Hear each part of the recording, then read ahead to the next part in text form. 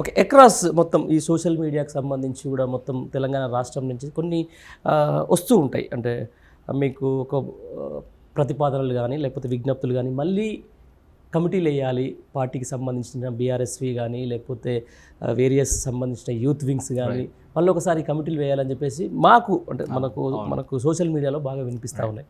దీని మీద ఏమైనా కసరత్తులు చేస్తున్నారా? ఇప్పుడు యాక్చువల్లీ ఇది నిర్ణయాధికారం అనేది మన పార్టీ నాయకులది ఉంటుంది. ఓకే. కేసీఆర్ గారిది ఉంటుంది. సో యాక్చువల్లీ ఇప్పుడు మనం అనుకోకుండా కేవలం 1.85%తో అధికారాన్ని కోల్పోయినాం. 100 రోజుల్లో చాలా పరిణామాలు జరిగినాయి. We have to process some things. ఇవన్నీ కూడా ఇప్పుడు త్వరలో ఒక నెల రోజులలో మనకి పార్లమెంట్ ఎలక్షన్స్ ఉన్నాయి. We're processing all the things. దీని మీద మేము ఇవ్వాల్సినటువంటి ఫీడ్బ్యాక్ని మన పార్టీ నాయకత్వానికి ఇస్తాము. ఖచ్చితంగా దాని వాళ్ళు ఇందులో నిర్ణయం తీసుకొని ఆ నిర్ణయంలో భాగంగా ఖచ్చితంగా సోషల్ మీడియాని పటిష్టమైన సోషల్ మీడియా వ్యవస్థను ఏర్పాటు చేయాలి అన్నటువంటి ఆలోచనతో నాయకులు అందరూ ఉన్నారు. ఇప్పుడు మన ప్రతిపక్షంలో ఉన్నాం కాబట్టి మన బాధ్యత మరింత పెరిగింది. ఏ విధంగా అయితే ప్రభుత్వం విఫలమవుతా ఉన్నదో ఆ వైఫల్యాలన్నింటినీ కూడా ప్రజల వద్దకు చేర్చాలి. ఈరోజు ప్రభుత్వం చేసినటువంటి దొంగ హామీల నుంచి వాళ్ళు తప్పించుకునేటువంటి ప్రయత్నాలు చేస్తూ ఉన్నారు. అట్లాంటి ప్రయత్నాలన్నీ కూడా ప్రజలకు అర్థమయ్యే విధంగా వాళ్ళకి చెప్పాలి. అదేవిధంగా గతంలో బీఆర్ఎస్ ప్రభుత్వంలో ఉన్నటువంటి పరిస్థితులు ఏంది, ఇప్పుడున్న పరిస్థితులు ఏంది, ఈ కంపారిజన్స్ ఇట్లాంటివన్నీ కూడా ప్రజలకు చేరవేయాలంటే సోషల్ మీడియా ఒక కీలకమైన పాత్ర పోషించాల్సినటువంటి పరిస్థితులు ఉన్నాయి. కాబట్టి రాష్ట్ర వ్యాప్తంగా ఉన్నటువంటి బీఆర్ఎస్ పార్టీకి రాష్ట్ర వ్యాప్తంగా ఉన్నటువంటి నిస్వార్థులైనటువంటి సోషల్ మీడియా వారియర్స్ అందరూ కూడా సన్నద్ధమై ఉన్నారు.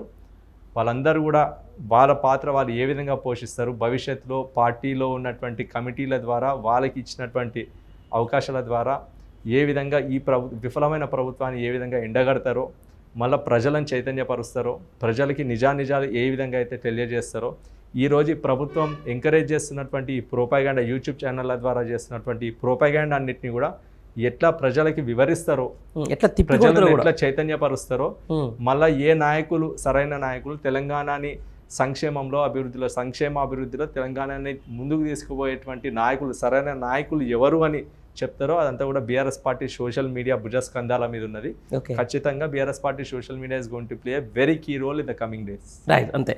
ఏదైతే అసెంబ్లీ ఎలక్షన్ల ముంగట ఇదే సోషల్ మీడియా ఏదైతే చేసిన అభివృద్ధిని అర్బన్ ఏరియాల వరకు కొంచెం చెప్పగలిగినాము, కొంచెం రూరల్ ఏరియాలో సరిగ్గా మనం తీసుకోలేకపోయాం. అంటే ఏం చేసిన ప్రపంచంలో ఎక్కడ, ఇండియాలోనే ఎక్కడ జరిగిన అభివృద్ధి జరిగింది నేను ఒప్పుకుంటా. అసలు ఇండియాలో ఎక్కడ లేనంత రైతులకు మేలు జరిగింది నేను ఒప్పుకుంటా, మనం కూడా ఒప్పుకోవాలి. లేకపోతే సంక్షేమ పథకాలు అయితేనేంది, లేకపోతే హైదరాబాద్ ప్రాబల్యత అయితేనేంది, లేకపోతే తెలంగాణ రాష్ట్ర ఖ్యాత ఏ విధంగా జరిగిందో అన్నిటికీ నేను ఒప్పుకుంటా. బట్ దాన్ని జనంలో దగ్గరికి తీసుకెళ్ళలేకపోయినాము అనేది ఒక వాదన అయితే ఉంది. అది సమీక్షలలో తెలుస్తూ ఉంది. ఈ నేపథ్యంలో కూడా కేటీఆర్ గారు ఒక కీలకమైన చేసింది. మీరు 32 మెడికల్ కాలేజీల కంటే 32 యూట్యూబ్ ఛానల్ పెట్టుకుంటే బాగుండదు అన్న కానీ తీసుకొచ్చిన పరిస్థితి. అంటే సోషల్ మీడియాని ఈరోజు అంత గట్టిగా నమ్ముతున్నారు జనాలు. దీని మీద అంటే దీన్ని స్ట్రెంథన్ చేయడానికి ఎట్లాంటి కార్యాచరణ తీసుకోబోతున్నారు? ఇప్పుడు బీఆర్ఎస్ పార్టీ సోషల్ మీడియా విఫలమైంది, సోషల్ మీడియా వారియర్లందరూ విఫలమైందంటే నేను ఒప్పుకోను. Okay. They played their part. కాకపోతే ఇక్కడ మనం గమనించాలి, సోషల్ మీడియాలో ఎప్పుడైనా కూడా పాజిటివ్ కంటే నెగిటివ్ అనేది it is self driven. Right. Negative news అనేది ప్రొపగండా న్యూస్ అనేది సెల్ఫ్ డ్రివెన్, అది వెళ్ళిపోతుంది. 100%. అది షేర్స్ కానీ ఆటోమేటిక్గా అవుతుంటుంది, వెళ్ళిపోతూ ఉంటుంది. యాక్సెప్టెడ్. పాజిటివ్ న్యూస్ మనం చేసింది చెప్పుకునే ప్రాసెస్లో భాగంగా దాన్ని మనం ప్రజల వరకు తీసుకెళ్లాలంటే వీ హ్యావ్ లిమిటెడ్ స్కోప్. మీకు తెలుసు ఆ విషయం. సో వాళ్ళు చేసినటువంటి ప్రోపగండా, వాళ్ళు చేసినటువంటి దొంగ హామీలని ప్రజలకు తీసుకెళ్ళిర్రు, ఆచరణకు సాధ్యం కాని హామీలని వాళ్ళు ప్రజలకు తీసుకెళ్ళిర్రు. అదేవిధంగా కొన్ని వ్యక్తిగతమైన దూషణలకు వాళ్ళు పాల్పడ్డారు బీఆర్ఎస్ పార్టీ నాయకుల మీద. కొన్ని ఫేక్ ప్రోపగండాలు వాళ్ళు రన్ చేసినారు. ఆ సునీల్ కనుగోలు కావచ్చు, లేకపోతే ఆ పార్టీలో కాంగ్రెస్ పార్టీలో ఉన్నటువంటి కొందరు సోషల్ మీడియా చేసిన వాళ్ళందరూ కూడా కేవలం ఫేక్ ప్రచారంతో, తప్పుడు ప్రచారాలతోని వాళ్ళు కొంతవరకు సఫలమయ్యారు. నెగిటివ్ ఇంపాక్ట్ అనేది, నెగిటివ్ ప్రొపగండా అనేది కొంతవరకు ముందుకు వెళ్ళింది కాదనట్లేదు. 100%. BRS party social media warriors across the state played a wonderful role. చాలా బాగా తీసుకెళ్ళారు వాళ్ళు ప్రజల్లోకి. కాకపోతే ఇంతకుముందు నేను చెప్పినట్టు నెగిటివ్ న్యూస్ అనేది సెల్ఫ్ డ్రివెన్ న్యూస్, అది వెళ్ళిపోతుంది. రైట్. ఇదే విషయంలో అన్న నేను మాజీ ఐఏఎస్లకు సంబంధించిన వాళ్ళు, ఆకునూరు మురళి లాంటి వాళ్ళు, తర్వాత కోదండరాం లాంటి వాళ్ళు కూడా వాళ్ళు సోషల్ మీడియా నమ్ముకొని ఇదే కాళేశ్వరం వేస్ట్, ఈ కాళేశ్వరం సంబంధించిన దాంట్లో 92,000 కోట్లు కడితే కనీసం 92,000 ఎకరాలకు నీళ్ళు ఇవ్వలేదని చెప్పేసి ఎంత పాపకంట చేసి ఈ రోజు ఒక్కరోజు గాయత్రి పంప్ హౌస్ ధర నిలబెట్టితే దాదాపు 1,00,000 ఎకరాలకు నీళ్ళు వస్తుంది. దీన్ని ఎందుకు తిప్పికొట్టలేకపోయినాం అంటున్నాను నేను. నిన్ననే కదా అయింది, ఈరోజు మనం తిప్పికొట్టుడు కాదు. ఈరోజు కాంగ్రెస్ పార్టీనే గత్యంతరం లేని పరిస్థితులలో వాళ్ళు నీళ్ళు వదలాల్సినటువంటి పరిస్థితులు వచ్చినాయి. అంతే. ఎందుకంటే ఈరోజు గత ప్రభుత్వం విఫలమైంది, లేకపోతే Kaleshwaram is a failure project అని వాళ్ళు ఏదే ప్రచారం చేసేటువంటి ప్రయత్నంలో భాగంగా ఇన్ని రోజులు వాళ్ళు నీళ్ళు వదలకుండా వాళ్ళు ఆపారు. జనాలకు కూడా కేసీఆర్ గారు ప్రజల్లోకి వెళ్ళారు, రైతాంగాన్ని దగ్గరికి వెళ్ళారు, వాళ్ళు ధైర్యం చెప్పేటువంటి పరిస్థితులలో ప్రజల నుంచి వచ్చినటువంటి స్పందన చూసిన తర్వాత కూడా మేము నీళ్ళు వదలకపోతే ఈ రోజు ప్రజలు తంతారన్న భయంతో గత్యంతరం లేని పరిస్థితులలో ఈ రోజు గాయత్రి పంప్ హౌస్ నుంచి నీళ్ళు వదిలేరు. గాయత్రి పంప్ హౌస్ నుంచి నీళ్ళు వదిలి ఎన్ని వేల ఎకరాలకి ఈ రోజు సాగునీరు అందుతా ఉందో మనం చూస్తా ఉన్నాం. అది కాళేశ్వరం ప్రాజెక్ట్ ద్వారానే అందుతా ఉంది. గతంలో కాంగ్రెస్ పార్టీ నిర్మించినటువంటి ప్రాజెక్టు ద్వారా వచ్చినటువంటి నీళ్ళు కాదు అది.